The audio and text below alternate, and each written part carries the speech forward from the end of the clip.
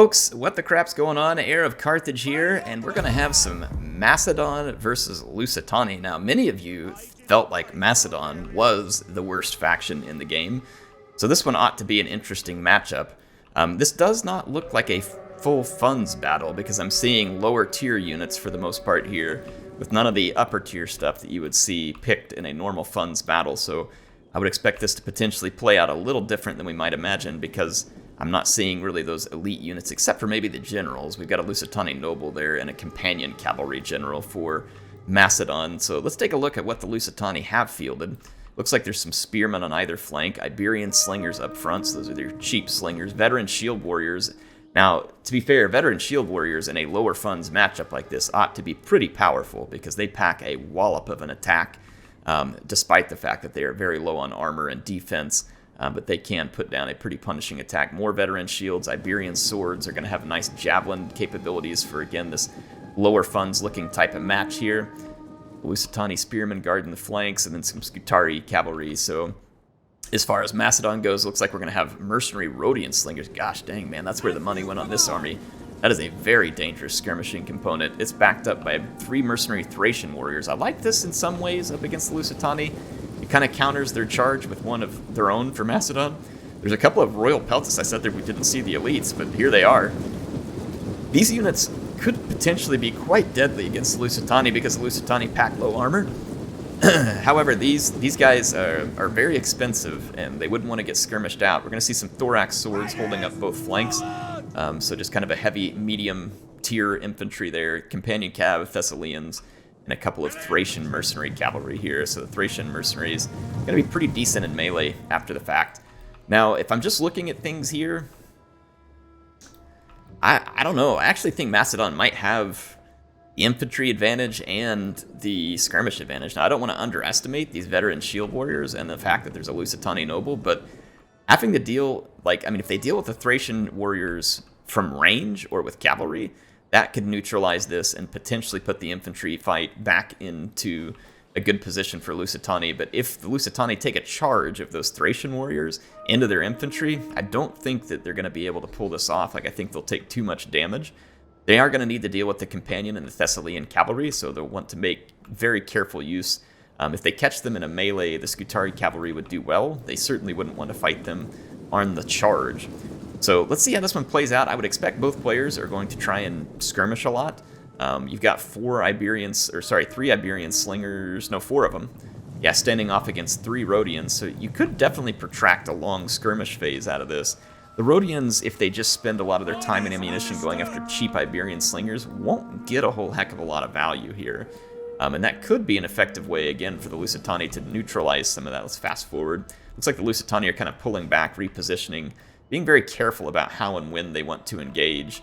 So that extra slinger packed off over here. It's interesting, we got 3 in the front, and they're trying to loosen up and spread out. Looks like Macedon is bringing those Thracian cavalry to either flank to potentially threaten. Again, neither player really wanting to commit to being the first one to get shot. Looks like those slingers may be positioning to help guard the flank, or to try and fling some flanking shots in over here. No, looks like now they're turning to the flank, so I'm going to, again, fast forward as the first phase of this begins to unfold. Looks like Macedon kind of slow with its cavalry here, and very, very wide with a lot of the cavalry. That, honestly, may have been a good opportunity for some of the Scutari cavalry to at least feint some charges. You probably wouldn't want to follow it up with Royal Peltas back there, because they will absolutely give you a javelin shower you'll never forget. Looks like here we've got some, Iberian swords coming up to do a little bit of shield work here, too. So the skirmishing phase getting underway. The Rhodians are going to be shot first. However, with their rapid reload capabilities and some other ones, if they're used properly, they can cause a lot of damage. Their first volleys are going to go into the cavalry, and it looks like the Iberian infantry. The mercenary Thracian warrior is going to be used to screen out the Iberians. The Iberians are going to go ahead and commit and throw their javelins. I think they were trying to throw at the Rhodians, but their throw looked botched altogether, and they're just going to get trucked by the Thracian warriors.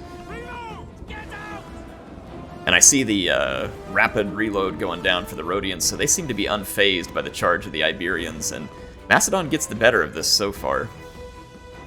So the slinger fight's underway. There is no focus fire going except for we've got one Iberian slinger free who's shooting at the Thracian warriors, getting nice kills, by the way. The Thracian warriors are not well shielded at all. They have almost no armor. They do have a devastating charge.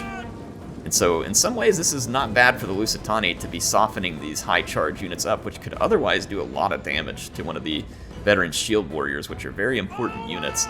The Iberian slingers are starting to lose this sling fight rather convincingly to the Rhodians. And not terribly surprising there. So the Iberians not going to do well. However, again, absorbing all the ammunition from these Rhodians, or at least most of it, is in some way a benefit for the Lusitani here. A lot of back and forth. I'm surprised, though, not a lot of cavalry work that we're seeing here, so the players may not... just may not want to risk their cavalry, or they may not feel totally confident in their ability to handle cavalry in a busy fight like this. Those Iberian swordsmen getting hit by the Thracian cavalry there. The Thracian cavalry is not going to want to stick around in that, I don't think, though. But yeah, you can already see the Iberian slingers starting to fall apart, so... Oof, nice javelin volley there from those swordsmen. So we are going to see a little bit of a pushback now, as the Iberian swordsmen did get rid of some of the Thracian warriors. There's one more there, I believe. Let's see whether the javelins come out of these Royal Peltists. It looks like they will. This is kind of a waste of javelins if it's being thrown into the Iberian swords. The Royal Peltists probably want to just hold there, in my opinion. Save those for a more valuable target. Now, the bad thing for the Royal Peltist is those Thracians were kind of their charge shield and their skirmish shield, so the Royal Peltist may find themselves later on in a not-so-great position because of that. It looks like the Iberian slingers have managed to stabilize, though. They took an absolute savaging from the Rhodian slingers in that initial skirmish. And it looks like the Iberian swords are going to pay a price there. Both players seem very content to stick at range and use up all of their missiles before one of them is attempting to charge. So neither player is wanting to commit to a melee yet. And I don't really blame them. The Lusitani are spread into loose formation here too to try and minimize their casualties from slinger fires that overshoot. We're going to see this last Iberian slinger coming in. At this point, it does look like the Lusitani are probably trying to commit to a fight. We've already got a second rapid reload up, though, for the Rhodians. We'll see how they use it. It looks like the veteran shield warriors are already feeling the heat from those Rhodians. Remember that they have poor armor, and the Rhodians are going to rip through what little armor they have, and despite the loose formation, the Lusitani are taking some pretty significant damage. Remember, on top of that, they're going to have to run through volleys of javelins from the Royal Peltist, not to mention trying to defeat them in combat, and that's not going to be easy, so I'm not sure how well this is going to end for the Lusitani here. They're using their spear unit here to block the Thracian warriors. That's a good call, but those Thracian warriors are going to win that fight. We've got javelins now coming in from the Royal Peltist. Avoiding those javelins as a Lusitani might be a good idea here. However, those Rhodian slingers are going to fall back, reposition, and start bringing the heat again.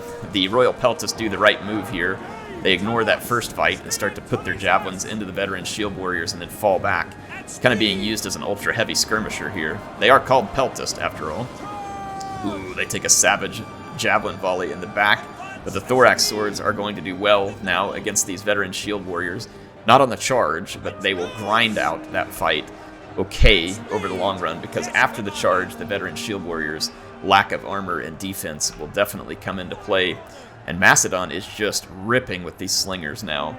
And then we're going to see the Thracian cavalry doing a nice job of kind of screening this flank, softening up the Scutari cavalry. Nice support, though, with those Lusitani spearmen nearby. We'll see whether the Lusitani can pull it off. It's a fairly close fight, closer than it should be, all things considered, between the veteran shield warriors and the thorax swords, but I'm pretty sure the thorax swords are going to hold there, and they should be able to hold just fine against any of these spear units rolling in as well. So I would say the Lusitani are going to find themselves in a bit of a disadvantageous situation here. When you choose these prolonged skirmishes, some people sometimes wonder why the players don't skirmish for longer. Why don't they use up more of their ammo? Well, as you can see here, by skirmishing longer, the Lusitani actually left the Rhodians with ammunition and in a safe place. And the Rhodians are going to make them pay a very dear price for it. And this then had their infantry, so by the time the Rhodians dealt with the other slingers, the infantry rolls forward and then becomes the loving recipients of all of the Rhodians' rocks there. And it was not good. So protracting that skirmish for the Lusitani in this case was actually probably quite bad. the Lusitani probably needed to find a way early to disrupt the Macedonian formation and get their troops in with less skirmish fire, and neutralize the Rhodians by swamping the Macedonian lines. Now, I can understand why the Lusitani were hesitant to do so, because you do have some very powerful units there, like these Royal Peltists. Look at this companion cavalry now, putting on a charge against the Scutari, doing quite well, all things considered. In a charge, the companions would murder the Scutari. The Scutari would do quite well against the companions in a protracted melee where they were not charged. So they're basically different uses intended for those. Now look at this, though. The Iberian slingers have regrouped. They're coming back in, still picking at the Rhodians, but I think it's too little and too late. I do not believe the Lusitani have enough left to finish this fight. Their veteran shield warriors are going to be pretty beleaguered at this point because of the sling fire, and you've still got the Royal Peltist who, while not being quite as heavy a unit, this one was not braced, they still pack pretty nice armor and very good attack. So they're not a unit to be underestimated, especially late into a battle like this, and especially when you can kind of see these Lusitani nobles being fixed by thorax swords. This is a great choice. Wear them down. Don't bring the Royal Peltist to bear against those units until you absolutely have to. So this is a great use of the elite units, I think, by Macedon, and it's going to make the Lusitani pay a very dear price. To see the Lusitani here getting tag teamed, they've already lost a significant portion of their Lusitani noble before it can really get any kills. This is actually a pretty efficient battle for Macedon in terms of they wanted the skirmishing fight to be protracted, and they got it. They wanted the Lusitani to come in on the charge, and they got it. And then after that, they were able to pretty much fend off any attempt by the Lusitani to kind of close the difference in this battle. And Macedon was able to get the engagements that they want. So like this Royal Peltist coming into these shield warriors and stuff after the charges, and they're going to come in and just start cleaning house here. They've got to use the whip, so they're going to get tremendously high melee attack. And then over here, that Lusitani noble was softened up first. Now, again, it did a pretty spectacular job holding out. There's another thorax sword that got disengaged there. It looks like it's going to come back in. So a pretty remarkable job, all things considered, by that Lusitani noble, but it's going to be too little and too late. There's just way too much left here for Macedon. Yeah, that Royal Peltist is absolutely clean in house. It's got battle rhythm on it now, so 73 attack, 48 damage. So these guys can output some pretty significant damage, though they are exhausted now, which is going to suck for them. This one's still fresh and still throwing javelins. They are definitely an interesting hybrid unit, the Royal Peltist. They are not going to straight up win a melee fight against most elite units. They're not going to love to sit around and skirmish because they're too expensive to do so. But again, in the right situations, they can really pack a wallop. Like in this case, they're able to toss those javelins. They're able to get the charges when they want the charge. That Lusitani noble, though, attempting to go after him. They've got second wind there, which is a nice touch because it'll help get them from being exhausted. But there's only 35 of them left, and these Royal Peltists came in off a very nice charge here. And their attack is through the roof. There comes the use the whip. So Macedon looks to clean this one up, and clean it up they will. The Royal Peltist actually playing a pretty big role here, so I forget the user name, but I have a user who just loves Royal Peltist. It's like the DA wins or something like that. I hope you're excited. You got to see your Royal Peltist in action here, and they both ended up cleaning up some nice kills. This one over here now is starting to feel the heat because it got double-teamed by a couple of Iberian units. Like I said, these Royal Peltists don't love just getting trapped in a melee with another capable unit, but they're still doing quite well. So 145 kills for that one, 171 kills for the other. So Macedon bringing the Royal Peltist heat and definitely getting away with it here. Comes the Thessalian cavalry, and the companion cavalry going to finish this one up. So Macedon bringing in its heavy shot cavalry that was historically what made it famous with Alexander, and they're going to finish off the Lusitani. I can't imagine being a medium or light sword unit being charged into by heavy Greek shot cavalry. That would not be a great place to be in life. Would have been rather ugly, in fact. Nice fight here at the end by the Lusitani. I would have expected them to crack already, so that's an impressive testament to the Lusitani veteran shield warriors and these spearmen over here. Those Royal Peltists, though, 191 kills. They are utterly exhausted, though, from all of those special ability uses, but it did help rocket them up to about 200 kills. So an impressive number of kills. I still can't believe this unit holding out like that. That is insane. The shield screen doesn't affect morale, but it's helping them enough, apparently, to stay in that fight. But Macedon's going to clench this one here. So ultimately not a ton of units left for Macedon, so I wouldn't say that Macedon necessarily just wiped the floor with the Lusitani. However, I mean, they certainly had a lot of very efficient engagements. It's going to call it a Pyrrhic victory, which kind of makes sense. So we had Stellaris and Connie there in this fight, and pretty interesting one. To see the Royal Peltas do well is always fun. The Rhodian Slingers absolutely savaged their Iberian counterparts. It wasn't even close. So that really put the Lusitani into a not-so-great situation. Some of their units, though, came out fighting and did well. I mean, look at the kills on these veteran shield warriors. The Lusitani Noble ended up in a very unfortunate late position there, so it didn't end up doing too great. 118 kills on an Iberian swordsman. It's pretty impressive. But a nice use of the Thracian cavalry, the Thessalians, and the companion. So a very good result for Macedon here. Hope you all enjoyed this one. HeirofCarthage signing out for now. I'll see you soon with some more action in Total War Rome 2.